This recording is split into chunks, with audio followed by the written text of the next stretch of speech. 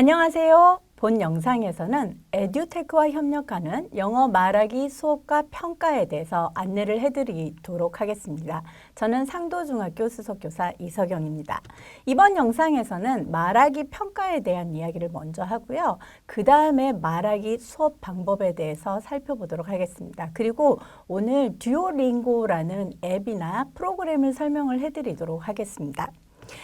영어 말하기 평가. 선생님의 말하기 수행평가는 안녕한가요? 네, 제가 선생님들에게 드리고 싶은 첫 번째 질문입니다. 이제 코로나가 점점 끝나가는 분위기를 감지할 수 있는데요. 코로나 이전의 평가와 이후의 평가 얘기를 먼저 해보도록 하겠습니다.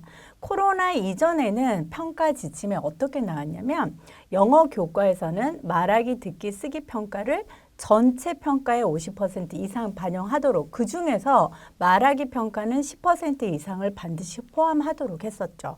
그래서 이때 우리들의 관심사는 영어 말하기 평가 하긴 해야 되는데 제대로 하는 방법은 뭐가 있을까? 이런 것이 우리의 주된 관심사였고요.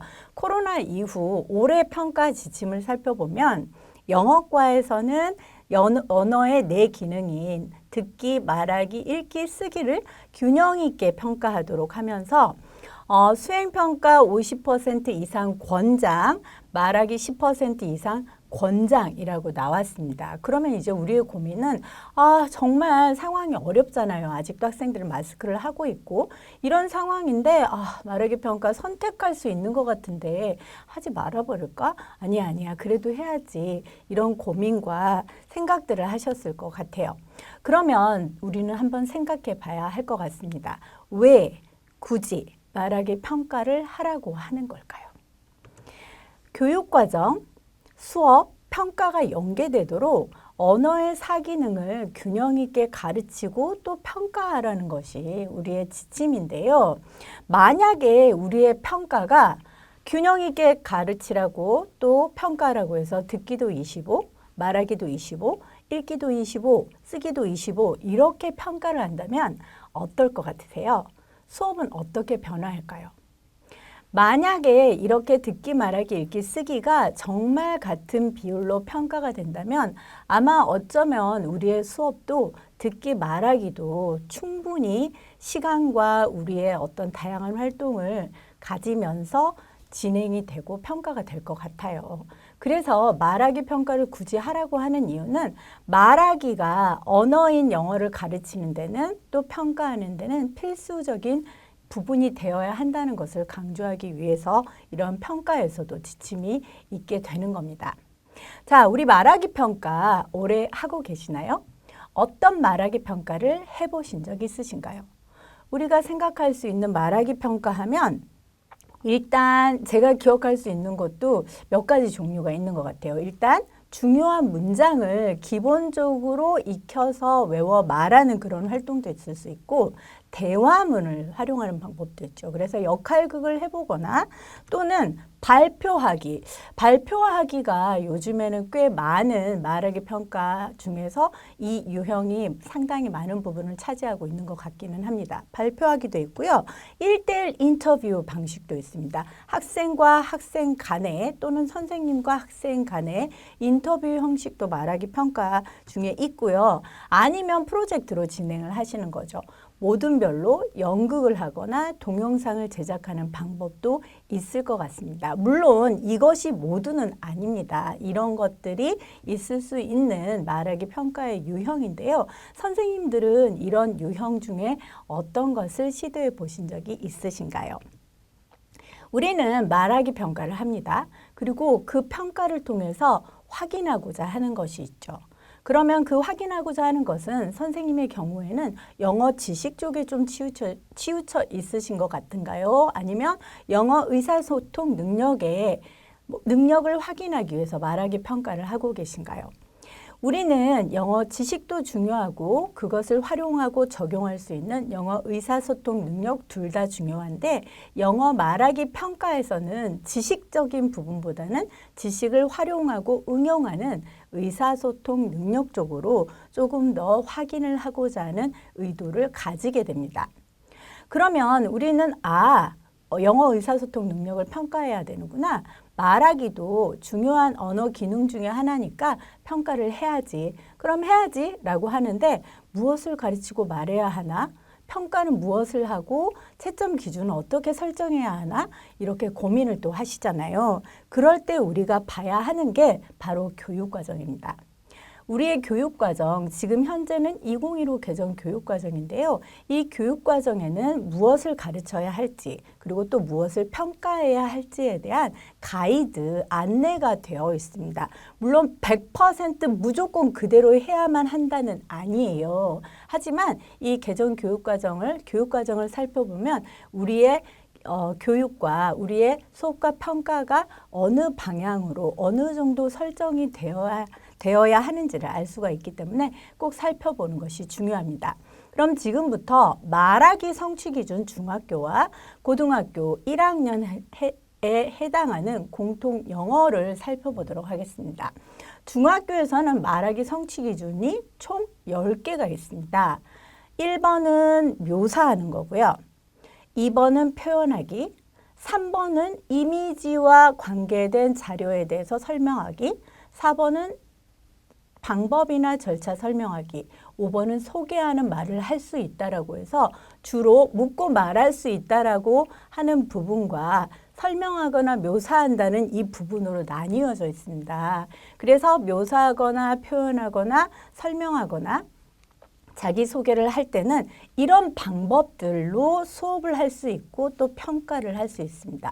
예를 들면 묘사하는 거는 그림이나 사진이나 어떠한 장소나 사람, 꼭 어떤 이미지가 없더라도 그것을 묘사할 수 있고요. 또는 information gap activity라고 해서 정보 격차 활동을 하거나 이것을 평가할 수 있습니다. 표현할 때도 발표를 할 수 있고 또는 인터뷰를 통해서도 자신의 의견이나 감정을 서로 나눌 수 있고 역할극을 할 수도 있습니다. 그 다음 설명하는 것 역시 구술 발표, 그 다음에 소개하는 것도 구술 발표나 또는 역할극을 통해서 서로 정보를 교환하면서 서로를 소개할 수 있습니다. 그리고 6번부터 성취 기준 6번부터 10번을 살펴보면 여러 가지 내용에 대해서 묻거나 답할 수 있다가 가르치는 것 또는 평가해야 하는 것으로 설정이 되어 있는데요. 이렇게 묻거나 답하는 활동을 할 때는 또 평가를 할 때는 information gap activity 또는 역할극 또는 인터뷰 이런 것들의 방식을 통해서 말하거나 또는 말하기를 수업하거나 평가를 할 수가 있습니다. 고등학교 10, 코드 10도 살펴보겠습니다. 듣거나 읽은 내용에 대해서 설명하거나 말하거나 의견이나 감정을 표현하거나 또는 여러 가지 정보를 묻고 답할 수 있다가 성취 기준이므로 역시 발표하거나 information gap activity 등을 통한 수업이나 평가 또는 인터뷰 또는 롤플레이 등의 여러 가지 방법을 통해서 말하기 수업을 하고 평가를 할 수가 있게 되는 겁니다. 그러면 우리가 말하기 평가 쪽으로 조금 관심을 조금 더 기울여 보면 이렇게 성취 기준이 되어 있구나. 아하, 그럼 나는 말하기 성취 기준을 살펴봤으니까 그것에 근거해서 평가를 해야지 라고 한다면 우리는 평가는 항상 채점 기준이 있어야 되잖아요. 그러면 채점 기준을 어떻게 만들지? 말하기는 정확성도 필요하고 유창성도 필요하고 여러 가지 요소를 생각을 할 텐데 그 국가 수준의 교육 과정에서는 이렇게 안내되어 있습니다.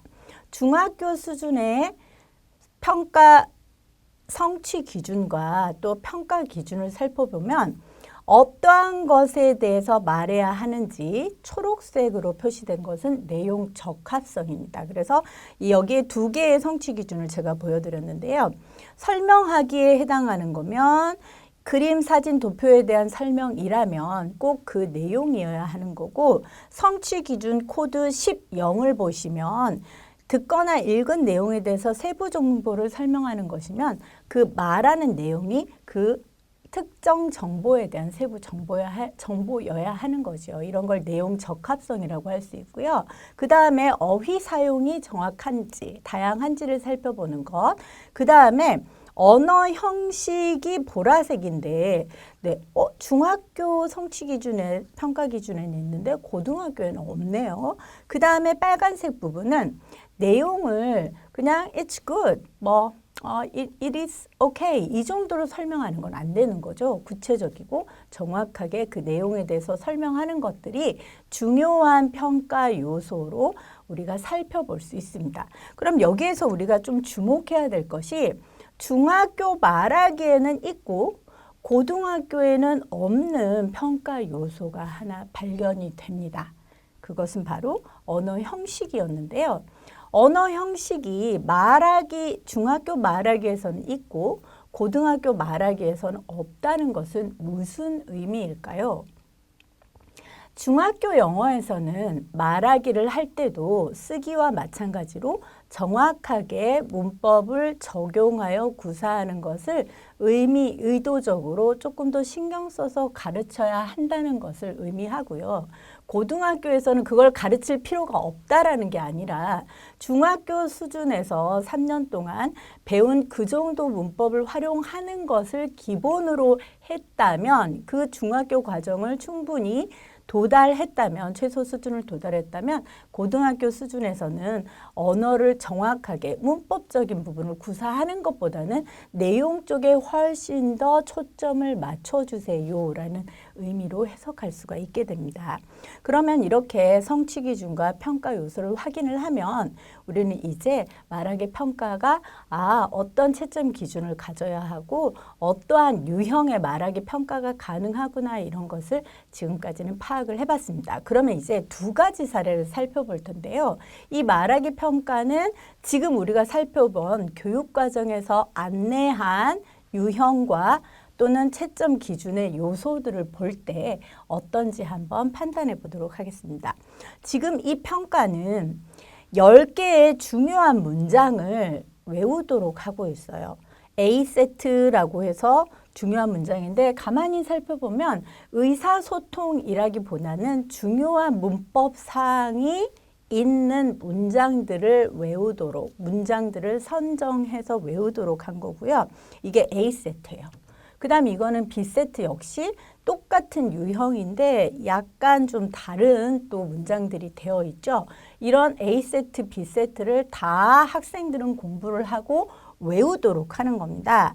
그 다음에 이제 시험을 보게 될 때는 학생들이 이렇게 A세트와 B세트 중에 하나를 랜덤으로 골라서 그 고른 것을 보고 1분 안에 1번부터 8번까지 그냥 영어 문장을 외운 것을 발화를 하는 것을 말하기 평가로 하고 있는 사례입니다. 이것은 말하기가 아닌 것은 아니지만 국가수준 교육과정에서 제시하고 있는 성취 기준 또는 말하기 유형 또는 평가 요소로 잡혀 있는 그런 평가 요소를 제대로 적용해서 평가했다고 보기는 조금 어려운 점이 보입니다. 그래서 이거는 말하기 평가는 맞을 수 있지만 우리가 해야 하도록 안내되어지는 평가 지침과 평가 안내와는 조금 거리가 멀어서 타당도가 조금 높지는 않은 평가로 생각이 되어집니다. 자, 그 다음 평가는요. 팝송 부르기입니다. 팝송을 부르는 것은 영어 말하기 평가로 어떠한가라는 문제인데요. 여기에서 채점 기준을 보면 comprehension, 가사를 이해했는지, diction 해서 발음, 그 다음에 expression and style은 노래 분위기에 맞춰서 표정, 제스처 등을 하는 것을 평가하고 있고요. fillers에서 멈춤 없이 자연스럽게 부르는 것도 채점 기준으로 되어 있어요.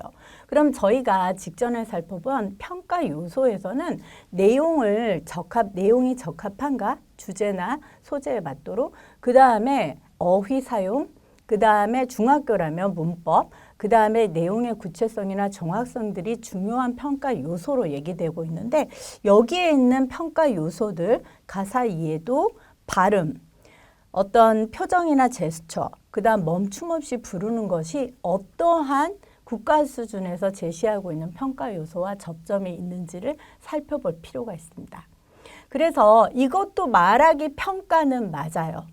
그리고 이것도 채점 기준표는 맞지만 국가 수준에서 또는 대한민국 중학교에서 말하기 평가를 할 때는 이런 요소들을 신경 써 주세요 라고 하는 것과는 접점이 없어 보인다는 그런 아쉬움이 있습니다. 그래서 일부 요소를 조금 개선을 하고 수정을 할 필요가 있는 것으로 보여져서 역시 타당도는 조금 떨어진다고 판단이 됩니다. 그래서 우리는 말하기 평가를 하는 것도 중요하지만 제대로 하는 것이 굉장히 중요한데요. 자, 이제부터는 어차피 해야 되고 또 내가 중요하다고 생각하기 때문에 하는 말하기 평가, 기왕에 하는 거 어떻게 하면 제대로 할 수 있나를 살펴보도록 하겠습니다. 2015 개정 영어과 교육과정에서는 영어 말하기가 아주 단독으로만 되어 있지 않고 물론 단독으로 해도 되지만 듣기나 읽기나 쓰기와 자연스럽게 통합해서 연계하여 지도하도록 안내되어 있고요. 기본적으로 의사소통을 위해 영어 말하기를 하도록 안내되어 있습니다. 그렇기 때문에 우리가 생각할 때 이렇게 해야지 라고 하는 것이 이 국가 수준의 교육과정과 어느 정도 결을 같이 하는지 같은 기본적인 같은 맥락인지를 판단을 하셔서 내가 하고 싶은 대로 할 거야. 가 평가 자율권은 아니고 해야 할 것을 전부 다 고려한 상태에서 나의 평가적인 전문성을 발휘하는 그런 자율권은 얼마든지 괜찮거든요. 그래서 내가 가르치고 평가해야 하는 것을 잘 이해하고 전문적으로 파악한 후에 그 위에 내가 하고 싶은 것을 얻는 방법이 좋습니다. 그러면 말하기 평가를 설계 어떻게 하면 제대로 하냐면 제일 처음에 성취 기준과 주제를 정합니다. 평가라는 건 이 성취 기준 중에 어디에 어떤 성취 기준을 판단을 해서 그것에 도달했는지를 보는 것이거든요. 그래서 나는 이번 1학기 때 또는 2학기 때 뭐뭐뭐를 가르치지 그럼 이 성취 기준 중에 이것을 한번 해봐야겠어 라고 성취 기준을 결정을 하고 그 성취 기준에 맞는 소재나 주제를 정하시면 됩니다. 그게 1단계고요. 그런 다음에는 그 성취 기준의 평가 기준을 살피시는 겁니다. 그래서 살펴보면 내용 적합성, 어휘, 구체성 또는 언어 형식 이런 걸 보라고 하는구나. 고등학교에서는 언어 형식이 필수는 아니네. 그럼 저 세 가지를 좀 중요하게 보라고 하는구나를 파악한 후에 그 다음에 이렇게 평가 요소 과제 완성, 내용, 언어 사용 중에서 아까 내용과 언어 사용은 국가 수준에서 제시한 최소한 중요하게 여기는 평가 요소였는데요. 나는 과제 완성도 좀 중요하게 파악하고 싶어 라고 판단을 하셨다면 과제 완성 여부도 평가 요소로 넣으실 수 있습니다. 또는 비언어적인 요소 있잖아요. 발표 태도나 자세나 제스처 이런 것도 포함시키실 수도 있어요.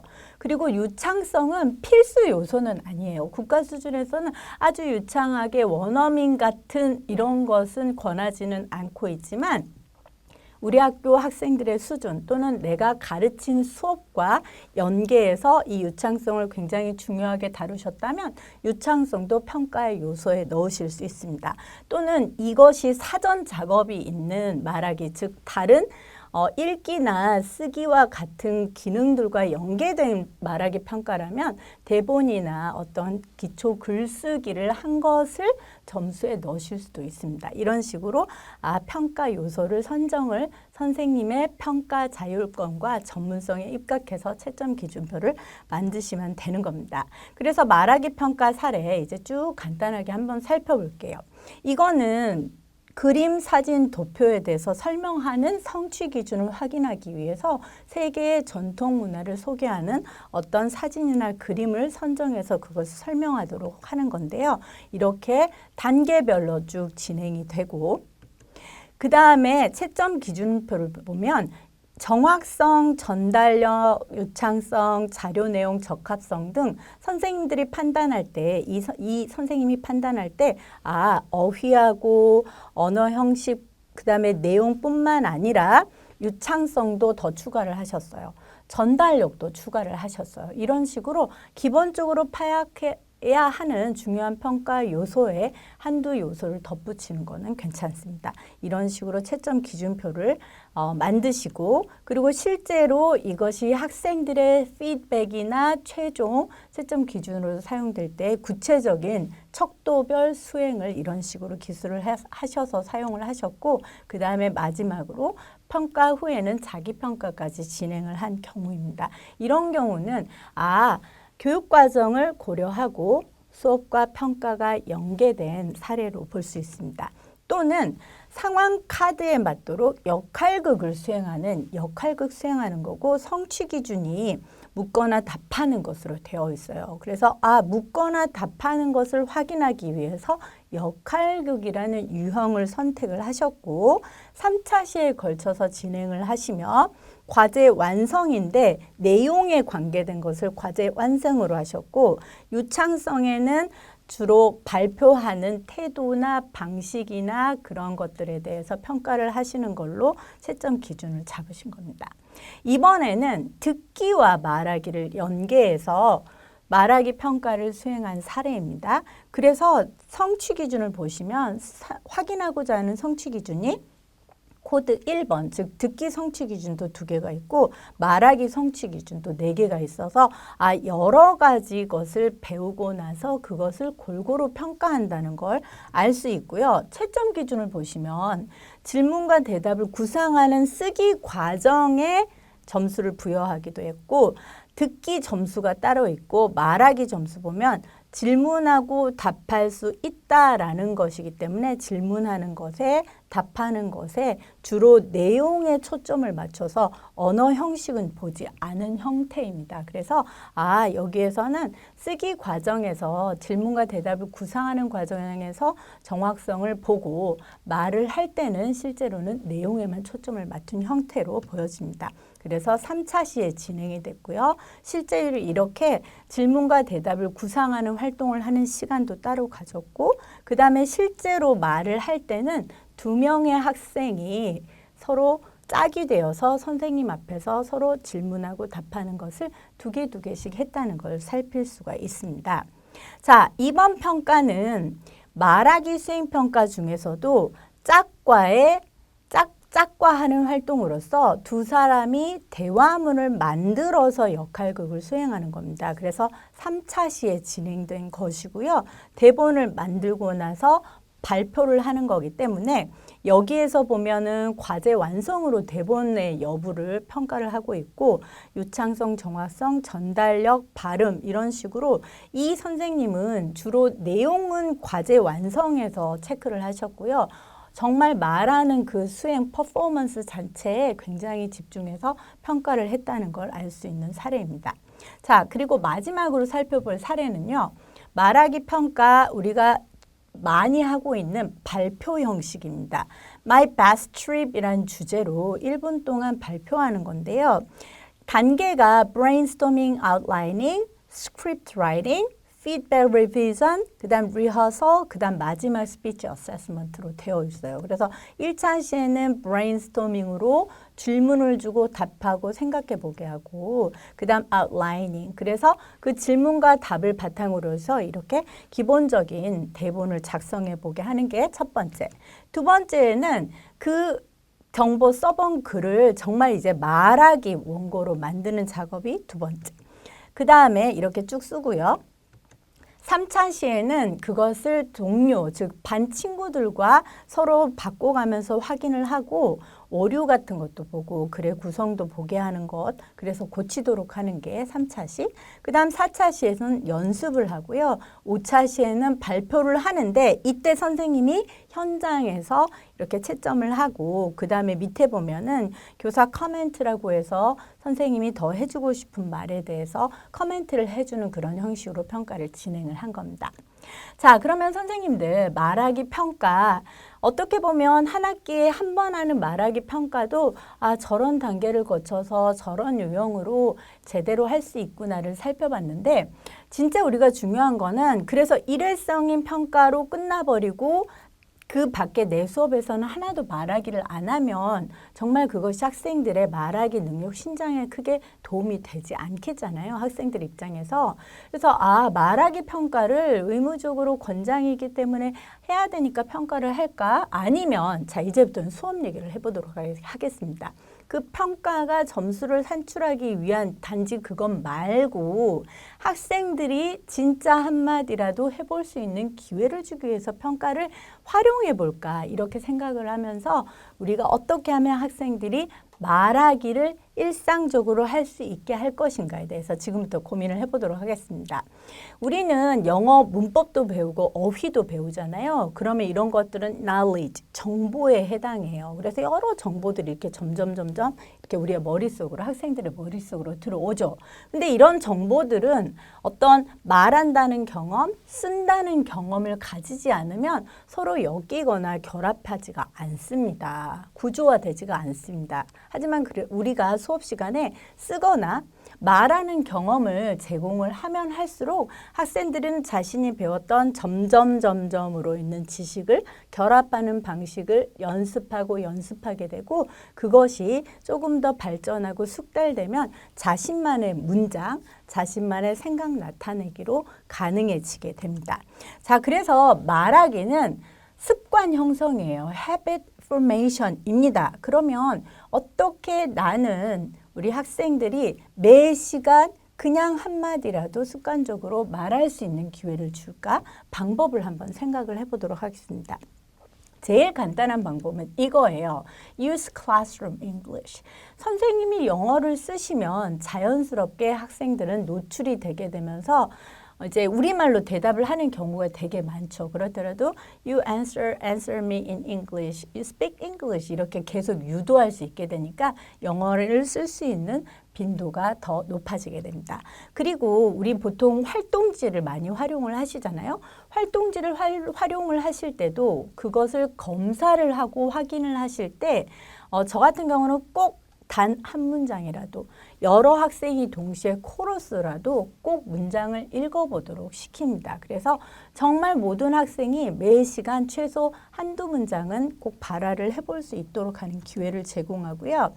You speak to individuals, the students speak English. 저는 이게 되게 효과적이었는데 이렇게 저 혼자 전체 반 학생들에게 하는 것은 정말 의사소통을 위한 유의미한 소통이 아닐 때도 많아요. 수업의 진행을 그냥 영어로 하는 건데 근데 어떠한 여러 경우에 있어서 학생들과 개별적으로 또는 모둠으로 이야기하는 기회가 교실 수업을 하다 보면 생기게 됩니다. 그때는 무조건 영어로 하는 거죠. 그러면 그렇게 할 때 저에게 대답하거나 반응을 할 때 영어를 하도록 하면은 대부분의 학생들은 영어를 유의미한 의사소통 맥락에서 영어를 사용하게 됩니다. 그리고 저는 또 어떠한 방법도 추천드리냐면 이제 학생들의 핸드폰을 항상 소지하고 있는 학교도 꽤 많거든요. 그러면 이 핸드폰, 학생들이 좋아하는 핸드폰을 적극적으로 사용할 수 있는 방법도 있습니다. 예를 들면 매 시간 무슨 영역, 무슨 섹션, 어떤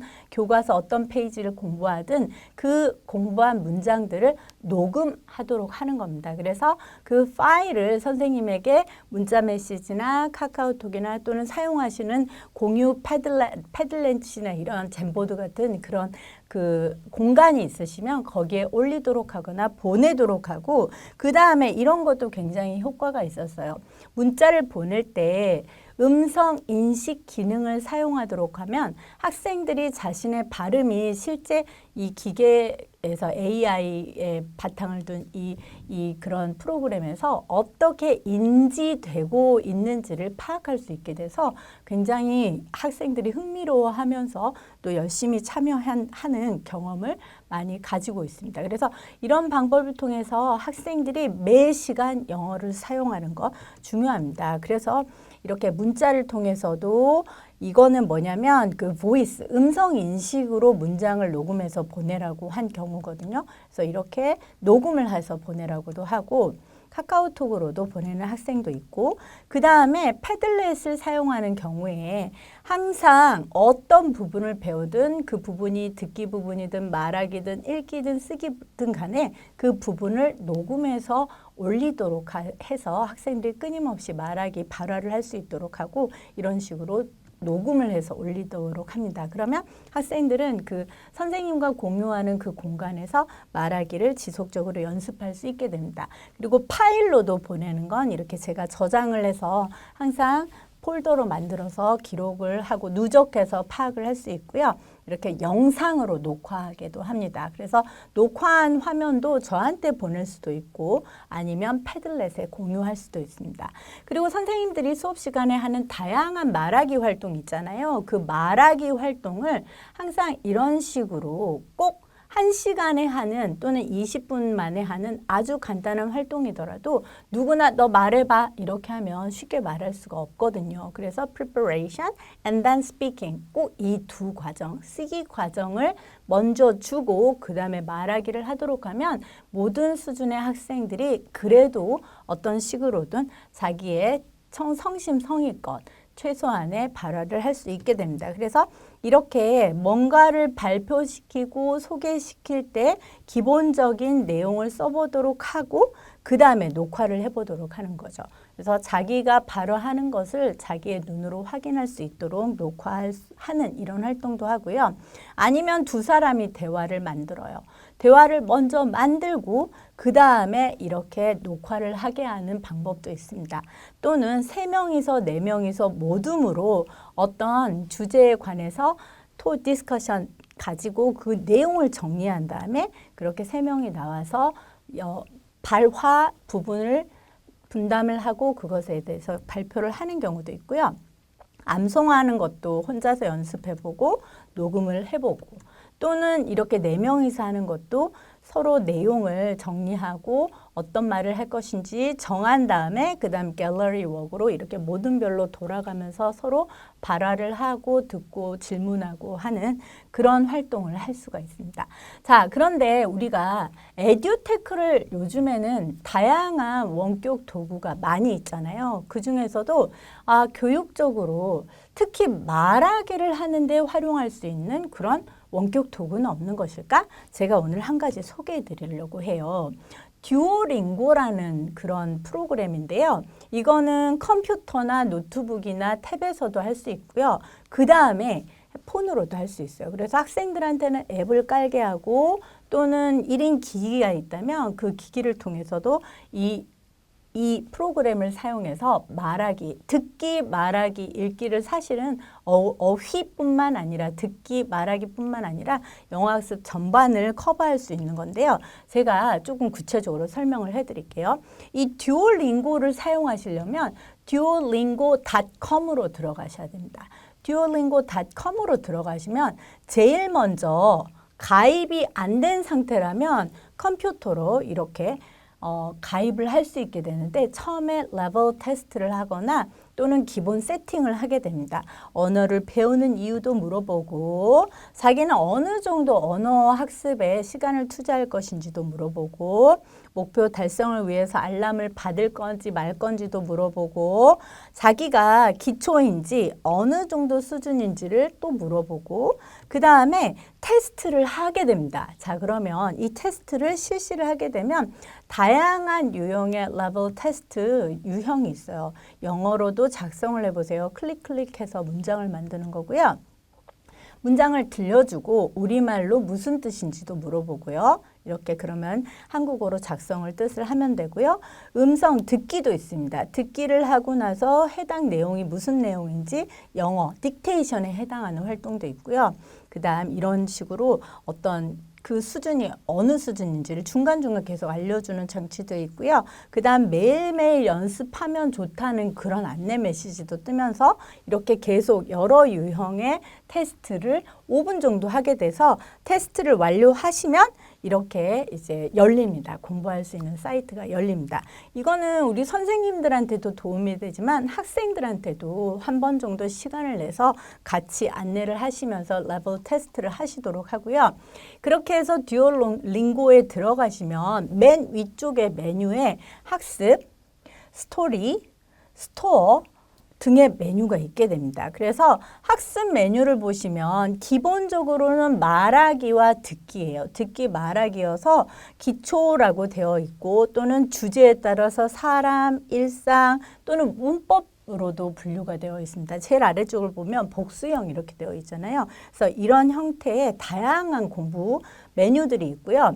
듀오링고 스토리라는 것도 있거든요. 그러면 이 스토리는 대화문도 있고 대화문이 아닌 것도 있어서 정말 말 그대로 한 몇 줄씩 들으면서 내용 파악을 하고 발화를 연습해 볼 수 있도록 그렇게 구성이 되어 있습니다. 그리고 듀오링고 수업이라는 메뉴가 있는데 이 수업에 가보면 무료인 수업도 되게 많은데 나 혼자서 공부하는 게 아니라 이 어떤 똑같은 그 주제나 수준에 맞춰서 그것을 공부하는 다른 학생들과 시간이 정해져 있어요. 그래서 그 시간에 내가 참석한다라고 하면 동시에 다른 친구들과 물론 꼭 뭐 학생만 있는 건 아니겠죠. 다른 사람들과 동시에 동시간대에 공부를 할 수 있도록 듣기 말하기를 할 수 있도록 그렇게 세팅이 되어 있습니다. 아주 다양하게 활동할 수 있고요. 자, 오늘 진짜 제대로 소개해 드릴 거는 이겁니다. Duolingo for Schools 해가지고 우리 선생님들이 매 차시의 수업에서도 이 듀오링고 프로그램을 듣기 말하기를 위해서 적극적으로 활용할 수 있게 하기 위한 세팅을 지금부터 말씀드리도록 하겠습니다. 듀오링고 for School을 시작을 하시면 이게 일단 무료고요. 그 다음에 다양한 커리큘럼이 있고 제가 반을 만들면 그 반에 학생들이 어떤 식으로 공부해 나가고 있는지 일종의 LMS 그 시스템이 적용되어 있어서 학생들이 무엇을 어느 진도만큼 어떻게 공부하고 있다를 파악할 수 있게 됩니다. 그래서 네, 우리 반 학생들이 지속적으로 이것을 꾸준히 공부하면서 실력이 어떻게 변화해 가고 있는지를 제가 확인할 수 있도록 한 프로그램입니다. 자, 그러면 이제 처음에 이제 만들어요. 학급을 만들면 듀오링고를 통해서 학생 초대하기 그렇게 해서 링크를 복사하거나 학생들한테 이 사이트 duolingo.com classroom이라는 쪽으로 들어오게 해서 이렇게 코드를 알려주는 두 가지 방식이 있는데 저는 링크를 복사해서 학생들의 밴드하고 카톡방에 뿌렸습니다. 그래서 애들이 다 들어왔고요. 이런 식으로 해서 선생님이 학급을 만들 수가 있어요. 저는 3학년 5반, 3학년 6반 두 반을 대상으로 이것을 하고 있는데요. 이렇게 학급을 만든 후에는 과제를 부여할 수도 있어요. 과제를 뭐 구글 클래스룸이나 EBS 온라인 클래스와 기본적으로는 동일한 방식입니다. 그래서 과제를 제가 지정을 해서 뭐 스킬 연습을 해, 스토리 읽기 듣기를 해, 또는 뭐 너가 선택한 건 뭐든지 할 수 있어 이렇게 선택할 수 있는데 제가 해보니까 과제를 일괄적으로 제시해 주는 것도 괜찮고요. 그냥 학생들마다 수준이 천차만별이잖아요. 그리고 그렇기 때문에 제일 아래쪽으로 학생이 선택한 모든 활동에서 그 포인트가 있거든요. XP라고 하는 그 포인트를 획득하는 것을 제가 쭉 파악할 수도 있습니다. 그래서 선생님이 어떠한 것을 학생들에게 해보게 할지를 선택하면 되는 겁니다. 그래서 과제를 선택하면 제가 처음에는 과제를 일괄적으로 부여를 했었는데 이건 아니다 싶어서 이제는 아까 세 번째 메뉴 있잖아요. 요거 세 번째 메뉴 연습으로 XP 활동 학생들마다 자기에게 맞는 수준이나 또는 취향에 맞는 활동을 선택하도록 해서 꾸준히 하는 것을 확인하는 것으로 요즘은 바꿨습니다. 자, 그래서 이렇게 제가 가르치는 반을 선택해서 과제를 부여를 해주고 나서는 기한을 설정할 수 있어요. 근데 기한을 설정하고 저는 과제로 하는 것보다는 매 수업 시간에 처음 5분 학생들이 처음에는 익숙해지는데 시간이 걸려서 꽤 많은 시간이 걸릴 수도 있어요. 10분 이상이 걸릴 수도 있지만 매 시간마다 자 듀오링고 타임이라고 해서 처음에 듀오링고를 집중해서 5분 정도 하도록 하는 방식으로 그렇게 수업에서 매 4시간 이런 것을 할 수 있도록 합니다.